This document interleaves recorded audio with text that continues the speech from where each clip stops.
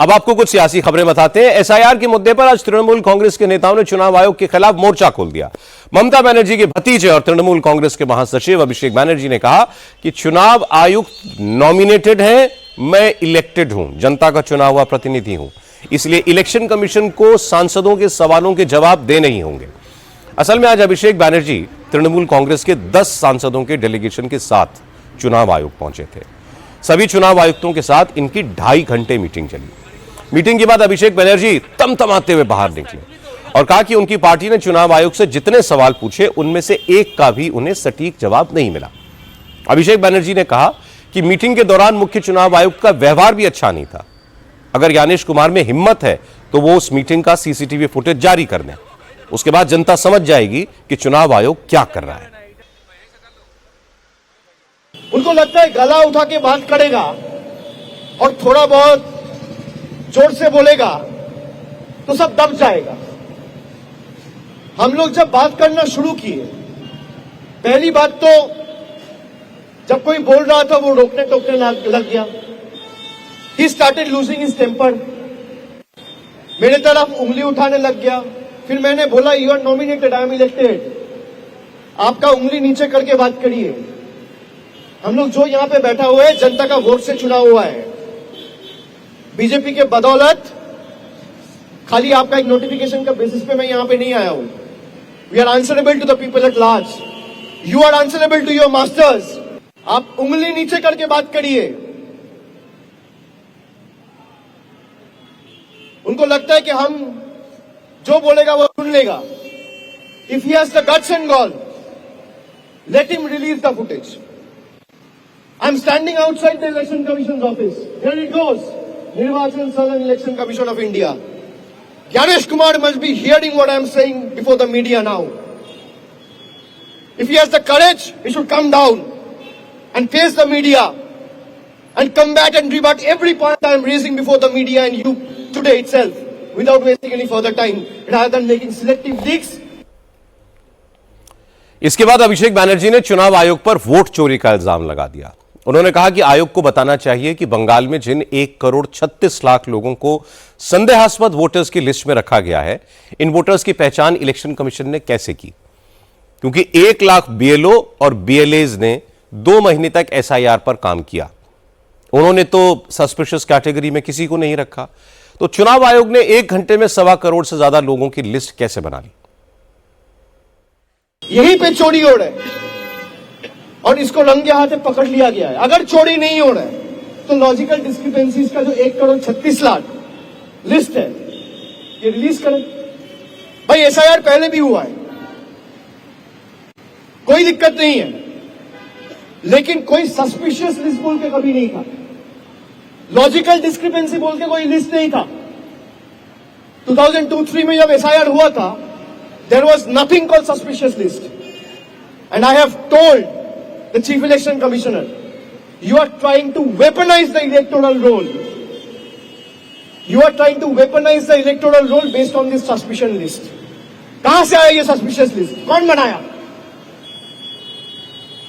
आपका सॉफ्टवेयर चला के दिखाइए। चलो हमें छोड़ दीजिए, मीडिया वालों को दिखाइए कैसे सस्पिशन लिस्ट बना, कौन सा सॉफ्टवेयर से कौन सा एल्गोरिथम रन करके। जरा आप मुझे बताइए, एक सवाल मीडिया के कोई भी मुझे बता दे, 7,66,00,000 वोटर्स बंगाल का वोटर लिस्ट में था, 58 लाख वोटर निकल गया, अब 7,08,00,000 वोटर है। भाई जिस एक्सरसाइज को करने में 80,000 BLO, 8,000 BLO supervisor, 3,000 AERO, 300 ERO, 23 DEO और पूरा मशीनरी लगा के जो आप 2 महीना में करें, इलेक्शन कमीशन के पास कौन सा ऐसा जादू है कि वो 1 घंटा में लिस्ट सैनिटाइज करके बता दिया कि वो 1,36,00,000 लोगों का डिस्क्रिपेंसी है? जादू छड़ी क्या है? आप लोगों को जो लॉजिकल डिस्क्रिपेंसी का डेटा दिया गया वो कब दिया गया? 16 दिसंबर। ड्राफ्ट इलेक्टोरल रोल कब रिलीज हुआ? 16 दिसंबर। भाई एक ही दिन में जो 1 लाख लोगों को 2 महीना करने में लगा, आप एक दिन में 1 घंटे में करके कैसे दे दिए? जरा इसका सवाल दे दीजिए, जवाब दे दीजिए। अभिषेक बनर्जी कांग्रेस और समाजवादी पार्टी जैसे दूसरे विरोधी दलों के नेताओं के रवैये पर भी नाराज थे। उन्होंने कहा कि जो नेता सोशल मीडिया पर ट्वीट करके या यूट्यूब चैनल पर बयान देकर एसआईआर का विरोध कर रहे हैं, वो इस मामले की गंभीरता को नहीं समझ रहे हैं। अभिषेक बैनर्जी ने ऑपोजिशन के लीडर से कहा कि सोशल मीडिया पर ज्ञान देने से कुछ नहीं होगा।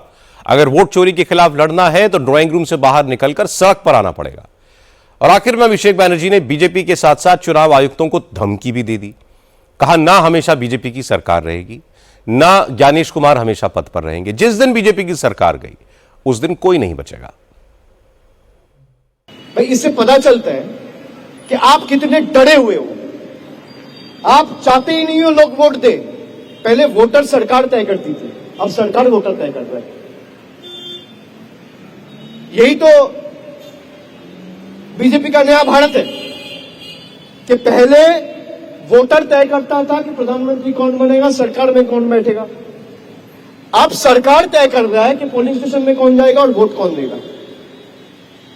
पूरा देश को इकट्ठा होकर इसको रोकना चाहिए और हर पार्टी को इस इलेक्टोरल रोल में जो चोरी है उसको पकड़ना चाहिए। हमने ये चोरी पकड़ा है। बंगाल में आपने नहीं देखा कितने लोग, हमारा एक काउंसिलर डांकुनी म्यूनिसिपैलिटी में जिंदा है, उसको डेट दिखा दिया। ऐसे हजारों केसेस है, मैं लिस्ट दे दूंगा एसआईआर के टाइम में। तब आपने बोला कि भाई रिलेटिव की जगह पे चाहे आपका चाचा हो, आपका पिताजी हो, कोई भी उस जनरेशन को तो आप डाल सकते हो। अभी आप रिलेटिव की जगह पे देखो, माँ बाप छोड़ के कुछ नहीं आता है। तो मैंने पूछा, बोला नहीं, वो पत्रकारों को मैंने अलग जवाब दिया था। क्या जवाब दिया था? भाई आप या तो 2 महीना पहले जो कहा था वो झूठ है, या आज जो कह रहे हो वो झूठ है। दोनों सही तो नहीं हो सकता।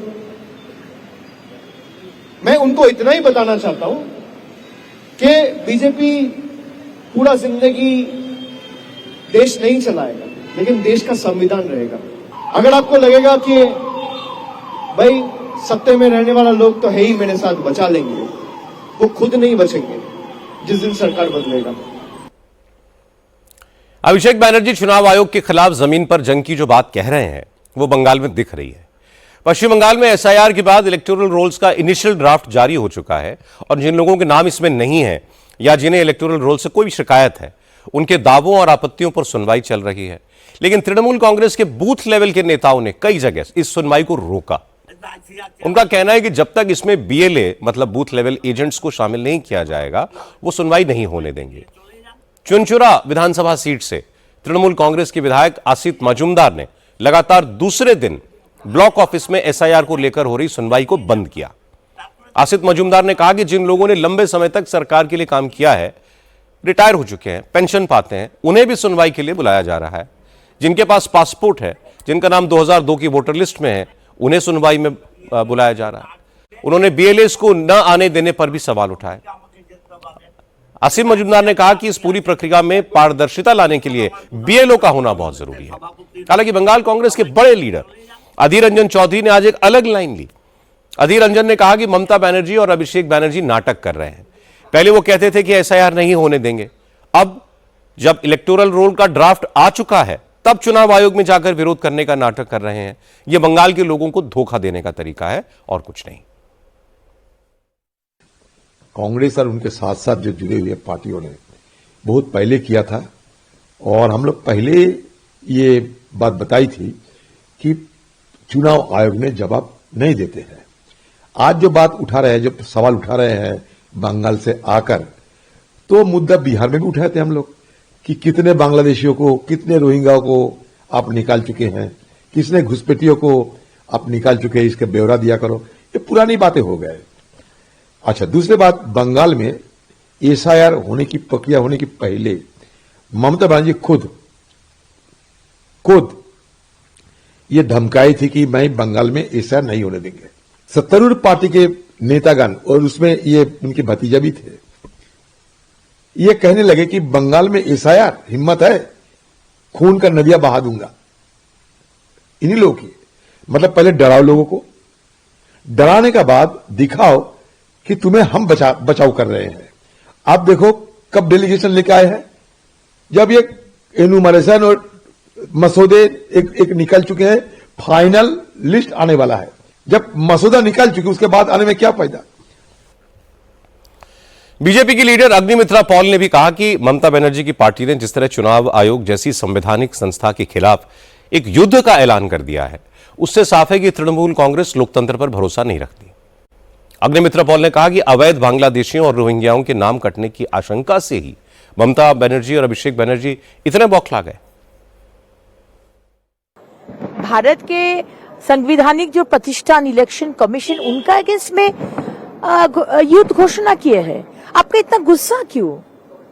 क्योंकि आपका जो इतना साल से जो मृत वोटर, जो शिफ्टेड वोटर, डुप्लीकेट वोटर और जो रोहिंग्या बांग्लादेशी इलीगल इमिग्रेंट्स को आप इधर स्थान दिया है पश्चिम बंगाल में, उनका डॉक्यूमेंट्स बना दिया है, वो नाम काटा जा रहा है, इसलिए आपका दुख हो रहा है, गुस्सा आ रहा है। हम लोग समझ रहे हैं। और आप जो बोल रहे हैं ना कि वोटर सरकार बनाता है, लेकिन यहाँ ज्ञानेश कुमार जी वोटर को अधिकार दे रहे हैं, देंगे। जो भारत के नागरिक है, वो हिंदू हो, मुसलमान हो, सिख हो, क्रिश्चियन हो, कोई भी हो, उसको अधिकार दिया जाएगा। लेकिन कोई अगर बांग्लादेश से आए, रोहिंग्या आए, उसका तो आप लोग अगर डॉक्यूमेंट बना देंगे, जो डेथ सर्टिफिकेट, बर्थ सर्टिफिकेट बहुत आजकल हो रहे, डोमिसाइल सर्टिफिकेट, ये तो हम लोग करने नहीं देंगे। क्योंकि हम लोग चाहते हैं, भाजपा चाहते हैं, जो राष्ट्रवादी पार्टी चाहते हैं कि बंगाल के हर वैध वोटर उनका जो अधिकार है वो मिले।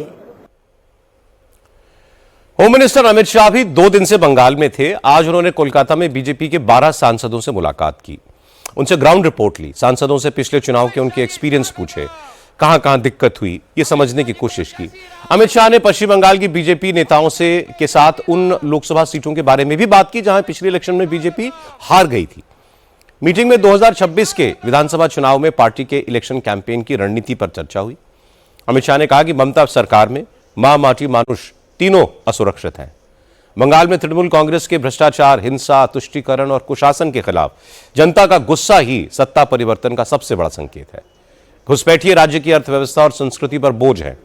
बीजेपी सरकार बनेगी तो इन्हें चुन चुन कर निकाला जाएगा। अमित शाह ने बीजेपी के कार्यकर्ताओं को एसआईआर के मुद्दे पर तृणमूल कांग्रेस के फेक नैरेटिव को पूरी ताकत से काउंटर करने को कहा जनता को पूरी असलियत बताई जाए। अमित शाह ने बीजेपी के नेताओं से कहा कि वो घर घर जाएं और लोगों को बताएं कि ममता बनर्जी ने 15 साल में पश्चिम बंगाल के लोगों का कितना नुकसान किया है और बंगाल को विकास की नई ऊंचाइयों पर पहुंचाने के लिए बीजेपी का क्या प्लान है। बंगाल में बीजेपी पूरा जोर लगा रही है, लेकिन तृणमूल कांग्रेस को उखाड़ना आसान नहीं है। 15 साल से बंगाल में तृणमूल कांग्रेस की सरकार है।